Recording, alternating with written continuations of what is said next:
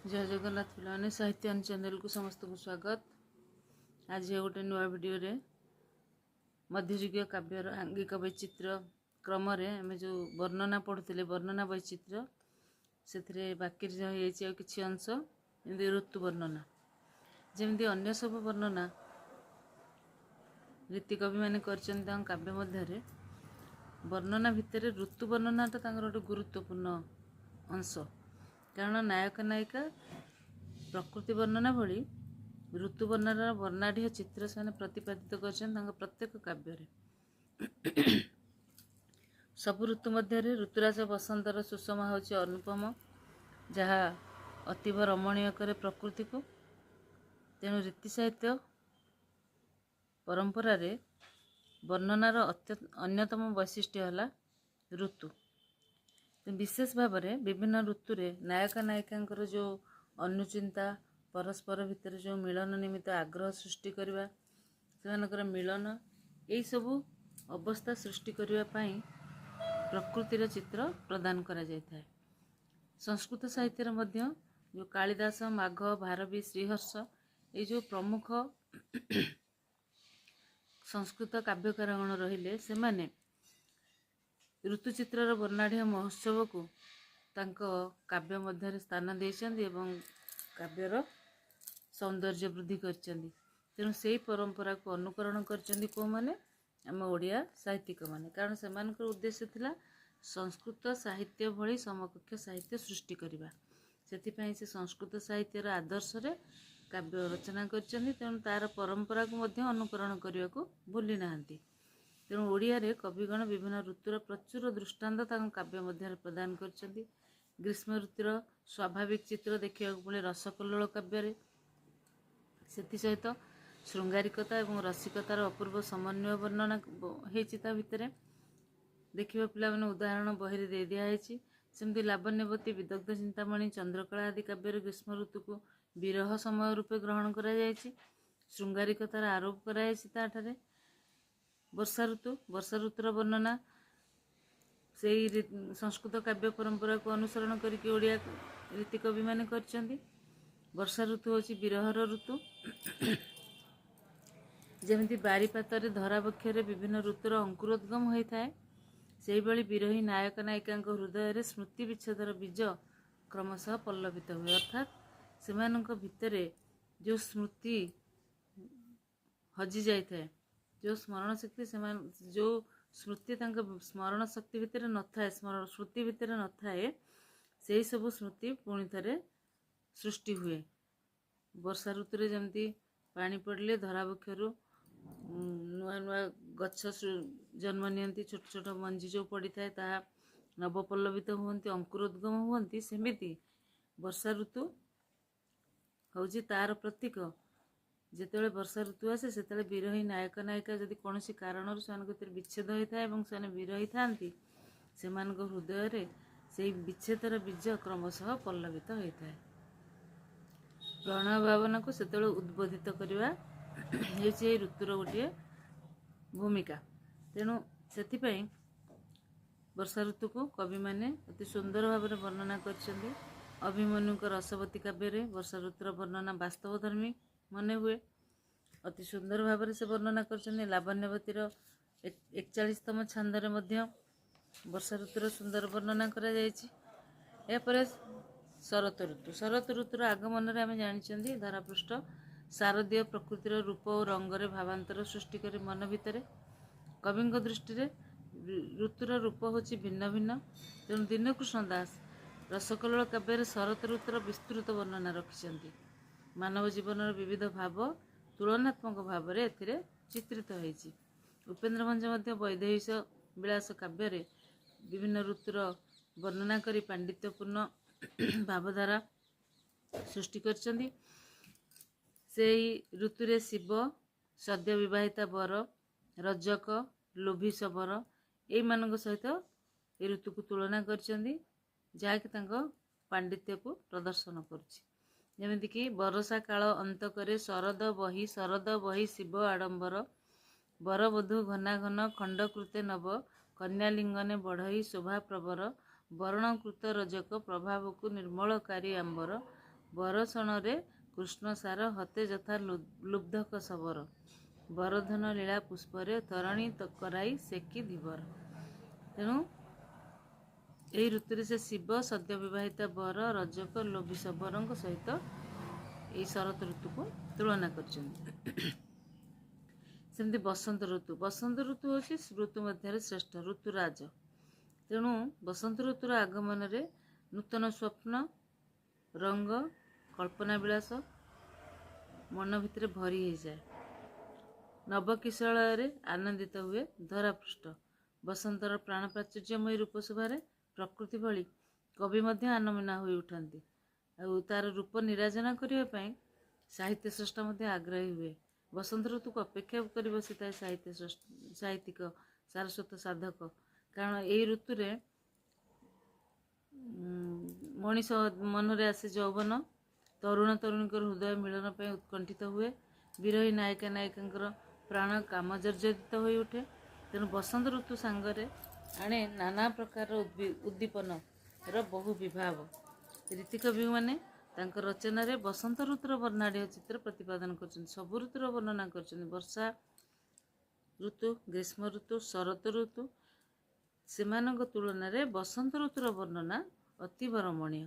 ବୈଦେହୀଶ ବିଳାସ ରସକଲ୍ଲୋଳ ଲାବଣ୍ୟବତୀ ଏ ପ୍ରମୁଖ କାବ୍ୟମାନଙ୍କରେ ଉପେନ୍ଦ୍ରଭଞ୍ଜ ଦୀନକୃଷ୍ଣ ଦାସ ବସନ୍ତ ଋତୁର ବର୍ଣ୍ଣନାକୁ ଅତି ସୁନ୍ଦର ଭାବରେ ଦର୍ଶାଇଛନ୍ତି କାବ୍ୟ ମଧ୍ୟରେ। ତେଣୁ ସଂସ୍କୃତ ସାହିତ୍ୟର ପ୍ରଭାବ ଓଡ଼ିଆ ରୀତି ସାହିତ୍ୟ ଉପରେ ଏଇଭଳି ଭାବରେ ପରିଲକ୍ଷିତ ହୋଇଥିବା ଦେଖାଯାଉଛି। କାରଣ ସଂସ୍କୃତ ସାହିତ୍ୟର ଏକ ପ୍ରତିସ୍ପର୍ଦ୍ଧୀ ସାହିତ୍ୟ ରୂପେ ଏହି ସାହିତ୍ୟ ସୃଷ୍ଟି ହୋଇଛି ଓଡ଼ିଆ ସାହିତ୍ୟ। ତେଣୁ ସଂସ୍କୃତ ସାହିତ୍ୟିକଗଣଙ୍କର ତଥା ବିଶେଷ ଭାବେ ବର୍ଣ୍ଣନା ଚାତୁରୀ କ୍ଷେତ୍ରରେ ଓଡ଼ିଆ ରୀତିକାବ୍ୟ ସଂସ୍କୃତ ସାହିତ୍ୟ ନିକଟରେ ନିଶ୍ଚିତ ଭାବରେ ଋଣୀ। କାରଣ ସେମାନଙ୍କର ରଚନା ଶୈଳୀ ସେମାନଙ୍କର ବର୍ଣ୍ଣନା ବୈଚିତ୍ର୍ୟ ସେମାନଙ୍କର ବିଭିନ୍ନ ଯେଉଁ ଉପାଦାନ କାବ୍ୟ ଭିତରେ ସେମାନେ ଖଞ୍ଜିଛନ୍ତି ସେଇଭଳି ଅନୁରୂପ ପ୍ରୟାସ କରିଛନ୍ତି ଆମର ରୀତିଯୁଗୀୟ କବିମାନେ। ତେବେ ଏବେ ଦେଖିବା ବସ୍ତୁ ବର୍ଣ୍ଣନା ବୈଚିତ୍ର୍ୟ ଭିତରେ ବସ୍ତୁ ବର୍ଣ୍ଣନା ମଧ୍ୟ ଗୋଟେ ଅନ୍ୟତମ ପ୍ରସଙ୍ଗ। ବସ୍ତୁ ବର୍ଣ୍ଣନା କହିଲେ ଆମେ ଓଡ଼ିଆ ରୀତି ସାହିତ୍ୟର ବର୍ଣ୍ଣନା ବୈଚିତ୍ର୍ୟ ଯେତେବେଳେ ଆମେ ପାଠ ଆରମ୍ଭ କଲେ ସେତେବେଳେ ଆମେ ଦେଖିଲେ ନାୟକ ନାୟିକାଙ୍କର ରୂପ ବର୍ଣ୍ଣନା, ତାପରେ ଦେଖିଲେ ଗୁଣ ସୌନ୍ଦର୍ଯ୍ୟ ବର୍ଣ୍ଣନା, ପ୍ରକୃତିର ବର୍ଣ୍ଣନା। ବର୍ତ୍ତମାନ ଦେଖିବା ବସ୍ତୁର ବର୍ଣ୍ଣନା ମଧ୍ୟ ବିଧିବଦ୍ଧ ଭାବରେ କିଭଳି କରାଯାଇଛି। ସଂସ୍କୃତ ରୀତି ସାହିତ୍ୟର କାବ୍ୟଦର୍ଶକୁ ଅନୁସରଣ କରିଥିବା ରୀତିକାବ୍ୟ ସ୍ରଷ୍ଟା କାବ୍ୟ ବା ମହାକାବ୍ୟର ଲକ୍ଷଣ ଅନୁସାରେ ଗ୍ରନ୍ଥ ରଚନା କରିଛନ୍ତି। ମୁଁ ବାରମ୍ବାର ଆଲୋଚନା କଲା ଭିତରେ କହୁଛି। ଅଳଙ୍କାର ଶାସ୍ତ୍ରମାନଙ୍କରେ କାବ୍ୟ ମହାକାବ୍ୟର ଲକ୍ଷଣ ଯେମିତି ନିର୍ଦ୍ଦେଶ କରାଯାଇଛି ସେହି ସମୟରେ ବସ୍ତୁ ବର୍ଣ୍ଣନା ସମ୍ପର୍କରେ ମଧ୍ୟ ସେଥିରେ ସୂଚନା ଦିଆଯାଇଛି। ଆଳଙ୍କାରିକ ବିଶ୍ୱନାଥ କବିରାଜ ମଧ୍ୟ କଥାବସ୍ତୁର ସୃଷ୍ଟି ବିକାଶ ନିମନ୍ତ ବାକ୍ୟରେ ଏ କାବ୍ୟରେ ନଗର ସମୁଦ୍ର ପର୍ବତ ସନ୍ଧ୍ୟା ସୂର୍ଯ୍ୟ ଚନ୍ଦ୍ର ତାରା ରାତି ମଧ୍ୟାହ୍ନ ମୃଗୟା ସମ୍ଭୋଗ ବିପ୍ରଲମ୍ବ ଋଷି ସ୍ୱର୍ଗ ଯୁଦ୍ଧଯାତ୍ରା ଏହିସବୁ ଜନ୍ମ ଇତ୍ୟାଦି ଏହିସବୁ ଅଂଶ ଗୁଡ଼ିକୁ ବର୍ଣ୍ଣନା କରିଛନ୍ତି। ବିଶ୍ୱନାଥ କବିରାଜ ତାଙ୍କ ମତ ଦେଇଛନ୍ତି ଏହିସବୁ କାବ୍ୟ ଭିତରେ ରହିବା ଆବଶ୍ୟକ। କାରଣ ଏଇଟା ହେଉଛି କାବ୍ୟର କଥାବସ୍ତୁର ଚମତ୍କାରିତା। ପୃଷ୍ଠଭୂମିରେ ରହି ଚମତ୍କାରିତା ସୃଷ୍ଟି କରିବା ଏବଂ କଥାବସ୍ତୁରେ ବାସ୍ତବତାର ପ୍ରଲୋଭ ଦେବା ପାଇଁ ଏହି ବସ୍ତୁମାନେ ବହୁତ ସାହାଯ୍ୟ କରିଥାନ୍ତି। ପାଠକକୁ ବିସ୍ମୟାନ୍ୱିତ କରିବା ପାଇଁ ହେଲେ ଏହି କାବ୍ୟକୁ ଚମତ୍କୃତ ରୂପ ପ୍ରଦାନ କରିବା ପାଇଁ ହେଲେ ଯେତେ ସବୁ ବର୍ଣ୍ଣନା ରହିଛି ସେହି ବର୍ଣ୍ଣନା ଭିତରେ ବସ୍ତୁ ବର୍ଣ୍ଣନା ଗୋଟିଏ ଆନୁଷଙ୍ଗିକ ପ୍ରସଙ୍ଗ ଆନୁଷଙ୍ଗିକ ଅଂଶ। ତେଣୁ ବିଦଗ୍ଧ କବି କଳ୍ପନା ଦ୍ୱାରା ତାର ଅଚିନ୍ତନୀୟ ରୂପ ମଧ୍ୟ ଉପସ୍ଥାପନ କରିଛି। କେଉଁଥିରେ ନା ତା କାବ୍ୟ ମଧ୍ୟରେ। ତେବେ ଦେଖିବା କାବ୍ୟ ମଧ୍ୟରେ ଅନ୍ୟ ସବୁ ବର୍ଣ୍ଣନା ସହିତ ନଗର ବର୍ଣ୍ଣନା ରହିଛି। ସଂସ୍କୃତ ସାହିତ୍ୟରେ ମଧ୍ୟ ନଗର ବର୍ଣ୍ଣନା କରିବାର ଚିତ୍ର ବହୁଳ ଭାବରେ ସ୍ଥାନ ପାଇଛି। କାରଣ ସଂସ୍କୃତ କାବ୍ୟଦେଶରେ ଓଡ଼ିଆ ରୀତିକାବ୍ୟ ରଚିତ ହୋଇଥିବାରୁ ତାର ଅପ୍ରତିହତ ପ୍ରଭାବ ମଧ୍ୟଯୁଗୀୟ ସାହିତ୍ୟରେ ସ୍ପଷ୍ଟ ଦୃଶ୍ୟମାନ ହୋଇଥାଏ।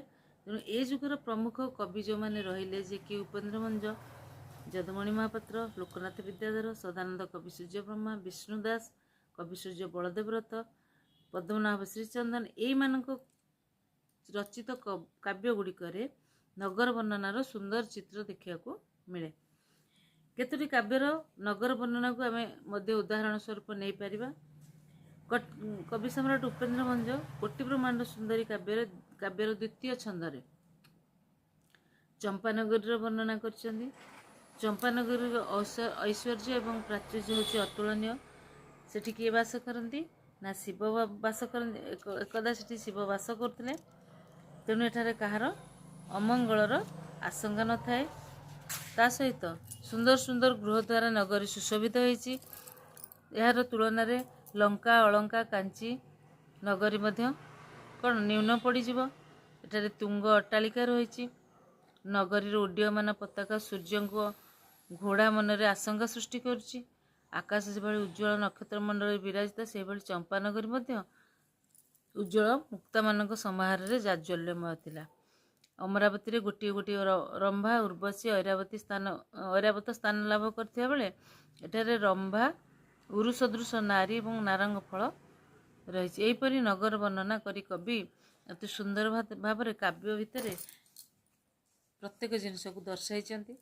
ଲାବଣ୍ୟବତୀ କାବ୍ୟର ଦ୍ୱିତୀୟ ଛନ୍ଦରେ ସେମିତି ସିଂହଳ ଦ୍ୱୀପର ବର୍ଣ୍ଣନା କରିଛନ୍ତି ଉପେନ୍ଦ୍ର ଭଞ୍ଜ।